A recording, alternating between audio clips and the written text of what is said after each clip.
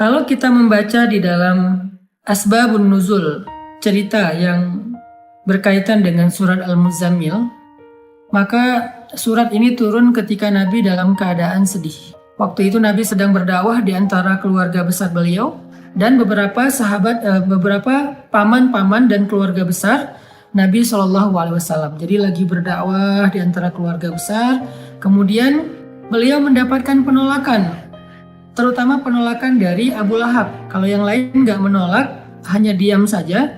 Kalau Abu Lahab menolak dengan kasar, menolak dengan marah, menolak dengan menghina, mencela, sampai ngata-ngatain Nabi, engkau itu anak yatim, kamu harus tahu diri, kamu itu siapa yang selama ini membesarkan kamu, kami adalah paman-paman kamu, seandainya kamu mau mengajarkan kami lebih tahu daripada kamu, karena kami lebih tua, kami lebih banyak pengalaman, kami. Abu Lahab menolak dakwah Nabi dengan sombong. Sehingga kalimat-kalimat Abu Lahab ini membuat Nabi merasa sedih.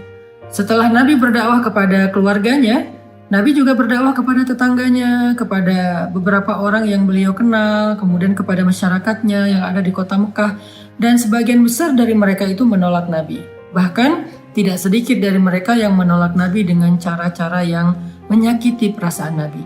Karena Nabi juga manusia biasa, beliau seorang yang pemaaf, beliau seorang yang lapang dada, tetapi beliau juga punya perasaan. Bukan berarti beliau plain, lempeng, nggak punya rasa gitu. Bukan, beliau juga seorang yang sangat halus perasaannya walaupun sangat pemaaf. Halus perasaannya walaupun sangat lapang dada. Sehingga kalimat-kalimat yang beliau dengar dari pemuka Quraisy yang durhaka itu menyakiti perasaan Nabi, membuat Nabi sedih. Dan yang lebih lagi menyakiti perasaan Nabi itu bukan karena dikata-katain, tetapi karena justru Nabi kasihan sama mereka. Bisa ngebayangin gimana nasib mereka nanti di akhirat jika mereka menolak dakwah Nabi SAW. Sehingga dalam keadaan yang seharian Nabi lelah berdakwah, keliling ke sana kemari ditolak, ketuk pintu rumah nggak dibukain, datang ke sebuah tempat yang kerumunan orang diusir, Nabi diperlakukan seperti orang yang hina, seperti orang gila, semua menjauh dari Nabi. Sehingga Nabi pulang ke rumah di malam hari setelah seharian capek, dalam keadaan berkeringat, dalam keadaan kotor karena dilempari. Nabi pulang ke rumah. Untungnya Nabi memiliki seorang istri yang sangat pengertian, sangat bijak, solehah, yaitu Sayyidah Khadijah. Nabi pulang ke rumah. Dibukain pintu rumahnya oleh Sayyidah Khadijah, dan Khadijah paham betul keadaan Nabi, sehingga ketika Nabi sampai di rumah, Khadijah mempersiapkan kebutuhan Nabi, makan malamnya, kemudian Nabi mandi dulu biar seger. Setelah mandi Nabi makan, kemudian setelah itu Nabi bercerita kepada Khadijah, Khadijah hari ini aku keliling tetapi diusir, Khadijah begini, Khadijah begitu. Nabi curhat kepada Khadijah. Khadijah itu tahu betul keluh kesah Nabi dalam perjalanan, dalam perjuangan dakwah yang luar biasa. Khadijah tahu betul perjuangan yang gak mudah. Dan Khadijah mencoba untuk menghibur Nabi semampu Khadijah. Jangan sedih, wahai kekasih Allah, sesungguhnya Allah gak akan mengecewakan engkau. Dan seterusnya. Sambil Nabi istirahat, maka Nabi curhat kepada Khadijah. Lalu setelah semakin larut malam, Nabi pun tidur bersama dengan Khadijah. Dalam keadaan masih ada rasa yang berat di hati beliau. Kalau Nabi capek secara fisik, maka Nabi bisa istirahat dengan makan, mandi, kemudian tidur. Itu cara istirahat dari lelah fisik. Tetapi ternyata Nabi waktu itu bukan hanya lelah fisiknya, yang lebih berat lagi adalah Nabi lelah batinnya. Ini buat kita semuanya, semua kita pasti merasakan lelah batin. Kalau lelah fisik, kita tahu obatnya. Ketika kita lelah secara fisik, kita bisa istirahat dengan duduk, kita bisa istirahat dengan goler-goler, berbaring, kita bisa istirahat dengan tidur lelap, kita bisa istirahat dengan santai-santai, kita bisa istirahat dengan makan dan minum, ngopi, ngeteh, minum jus, makan buah. Kita bisa istirahat dengan nonton, kita bisa istirahat dengan bercanda dengan anak-anak, dengan keluarga. Itu adalah cara kita melepaskan lelah fisik, merecovery lelah fisik. Sakit Fisik juga demikian, recovery-nya kita bisa dengan bed rest, kita bisa dengan minum obat, kita bisa dengan terapi. Itu adalah cara kita recovery sakit fisik, lelah fisik. Tapi bagaimana kalau kita sedang lelah batin, sakit batinnya, perasaannya yang sakit, hatinya yang sakit, pikirannya yang sakit, jiwanya yang sakit, dalam tanda petik. Gimana cara kita merecovery semua itu? Gimana cara kita ngobatin batin kita yang sedang terganggu? Gimana cara kita ngobatin hati kita yang terluka? Gimana cara kita ngobatin perasaan kita yang tergores? Ternyata bukan dengan entertain. Cara ngobatin jiwa kita, cara ngobatin hati kita adalah dengan zikrullah, mengingat Allah. Kenapa bisa kayak gitu, Ustaz? Karena jiwa kita itu, roh kita itu asalnya dari langit. Beda sama jasad kita, fisik kita. Jasad atau fisik kita itu asalnya dari bumi. Sehingga ketika dia sakit, maka obat-obatnya ada di bumi. Tapi kalau roh kita, jiwa kita itu ditiupkan oleh Allah asalnya dari langit. Sehingga kalau dia ngerasa sakit, terganggu, maka obatnya ada di langit. Apa obat yang ada di langit? Zikrullah, mengingat Allah. Banyak orang yang salah paham tentang ini. Dia sebetulnya nggak lelah fisik. Kalaupun lelah fisik, nggak terlalu lah. Yang lebih lelah itu sebetulnya jiwa dia. Yang lebih lelah itu sebetulnya hati dia. Yang lebih lelah itu sebetulnya pikiran dia. Yang lebih lelah itu sebetulnya perasaan dia. Maka dalam kelelahan seperti itu, dia mencoba untuk merecovery-nya dengan cara jalan-jalan, dengan cara nonton, dengan cara entertain, dengan cara goler-goler, dengan cara tidur lelap dari pagi sampai sore, malam sampai pagi lagi. Dia pikir dengan begitu dia bisa melupakan rasa sakit hatinya. Ternyata setelah dia melakukan itu, lelahnya gak hilang. Beban di hatinya itu gak menjadi ringan. Luka di perasaannya itu gak menjadi sembuh. Kenapa? Karena dia bukan sedang lelah fisik, dia bukan sedang capek secara fisik, dia bukan sedang sakit secara fisik. Dan itulah yang terjadi kepada Nabi SAW. Sehingga ketika Nabi pulang ke rumah, Nabi capek, tapi yang lebih capek lagi perasaan dan hati beliau.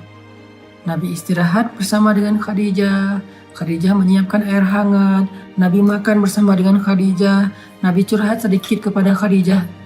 Setelah itu Nabi tidur. Karena Nabi berharap dengan tidur, beliau bisa merecovery lelahnya beliau. Ternyata Allah tahu, Nabi bukan hanya butuh tidur. Ya, seseorang butuh tidur untuk recovery lelah fisiknya. Tetapi bukan hanya fisiknya yang lelah. Nabi juga merasakan lelah yang luar biasa hatinya. فَلَعَلَّكَ بَاخِعٌ نَفْسَكَ عَلَىٰ آثَارِهِمْ فَلَعَلَّكَ بَاخِعٌ نَفْسَكَ عَلَىٰ آثَارِهِمْ إِن لَّمْ يُؤْمِنُوا بِهَٰذَا الْحَدِيثِ أَسَفًا. Kata Allah di surat Al-Kahfi. Hampir saja engkau mencelakai dirimu sendiri. Hampir saja engkau mencelakai dirimu sendiri.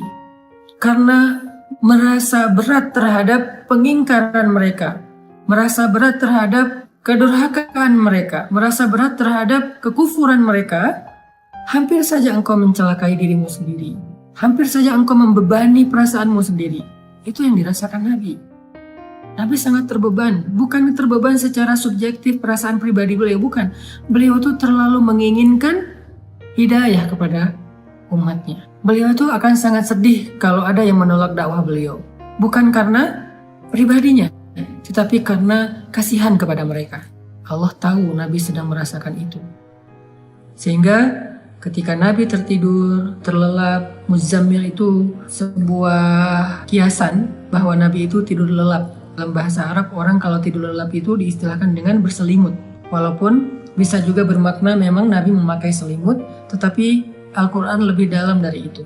Al-Quran sedang tidak bicara hanya soal selimut yang dipakai Nabi, tetapi Al-Quran itu adalah bahasa sastra, bahasa yang tinggi. Maknanya itu tidak sedangkal pemaknaan kita, pasti pemaknaannya lebih dalam lagi. Sehingga kalimat ya ayyuhal muzammil, wahai orang yang berselimut di sini artinya wahai orang yang sedang lelap dalam tidurnya.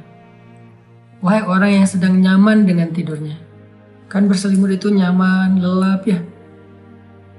Wahai orang yang sedang beristirahat dari lelah fisiknya dengan cara tidur. Allah tahu Nabi butuh istirahat, tidur agar bisa merecovery capek secara fisik. Tetapi Nabi juga butuh sesuatu yang bisa merecovery capek batin, perasaan, jiwa dan pikiran beliau. Sehingga Allah berfirman, "Qumil lail." Bangunlah di malam hari. Ternyata fadilah keutamaan pertama dari tahajud itu adalah tahajud obat dari lelahnya jiwa. Tahajud adalah recovery batin. Tahajud adalah obat hati. Tahajud adalah penenang pikiran apabila dilakukan dengan sungguh-sungguh. Tabattul atau tabatilah. Itulah keutamaan tahajud. Setelah Nabi beristirahat dengan cara tidur untuk merecovery lelah fisiknya, Allah suruh Nabi juga untuk melakukan sesuatu yang bisa merecovery lelah batinnya. Apa itu? Qumil lail. Berdirilah di malam hari. Bangun malam, tahajud. Sehingga buat kita semua yang pernah merasakan lelah batin atau mungkin sekarang sedang merasakan itu, sedang ngerasa lelah batinnya, sedang ngerasa capek jiwanya, sedang ngerasa sakit hatinya, sedang ngerasa terluka perasaannya, sedang ngerasa galau pikirannya, qumil lail, bangunlah di malam hari, maka Allah Subhanahu wa Ta'ala akan mengobati luka di hati kita, seperti obat yang bisa menyembuhkan luka di fisik kita. Bangunlah di malam hari, maka Allah akan menyembuhkan sakit hati kita, seperti obat yang bisa menyembuhkan sakit fisik kita. Bangunlah di malam hari, maka Allah akan menyembuhkan goresan di perasaan kita, sebagaimana obat bisa menyembuhkan goresan luka di kulit kita. Bangunlah di malam hari, maka Allah Subhanahu wa Ta'ala akan menenangkan pikiran kita, sebagaimana ada jenis obat yang bisa menenangkan kita dari rasa sakit. Bangunlah di malam hari, maka Allah akan melapangkan dada kita, sebagaimana obat bisa menjadikan kenyamanan bagi kita yang sedang merasakan kesakitan. Bangunlah di malam hari, Allah Subhanahu wa Ta'ala akan menyembuhkan penyakit-penyakit amradul qulub atau perasaan tidak nyaman di jiwa kita. Itu fadilah keutamaan pertama dari tahajud atau tarawih apabila kita melakukannya dengan benar. Jadi sekarang kita jadi tahu recovery yang kita butuhkan itu ada dua. Ada recovery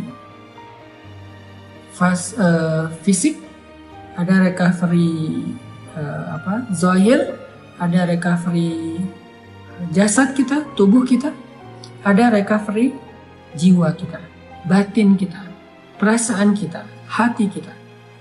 Recovery fisik dengan istirahat, dengan tidur, dengan makan, dengan ngopi, dengan ngeteh, dengan makan buah, dengan minum jus, dengan entertain, dengan nonton, dengan jalan-jalan, dengan bersenda gurau dengan keluarga. Itu adalah recovery fisik. Sedangkan recovery batin, jiwa, perasaan, dan pikiran kita, hati kita dengan zikrullah. Dan zikrullah yang paling baik itu di antara sekian banyak zikrullah adalah qiyamul lail, salat malam. Kenapa? Jawabannya ada di ayat ke-6, inna nasyi'atal lail asyaddu wat'an wa aqwamu qila. Karena malam hari itu lebih menenangkan buat kita dan lebih mudah untuk khusyuk. Itu fadilah pertama dari tahajud atau qiyamul lail atau salat tarawih.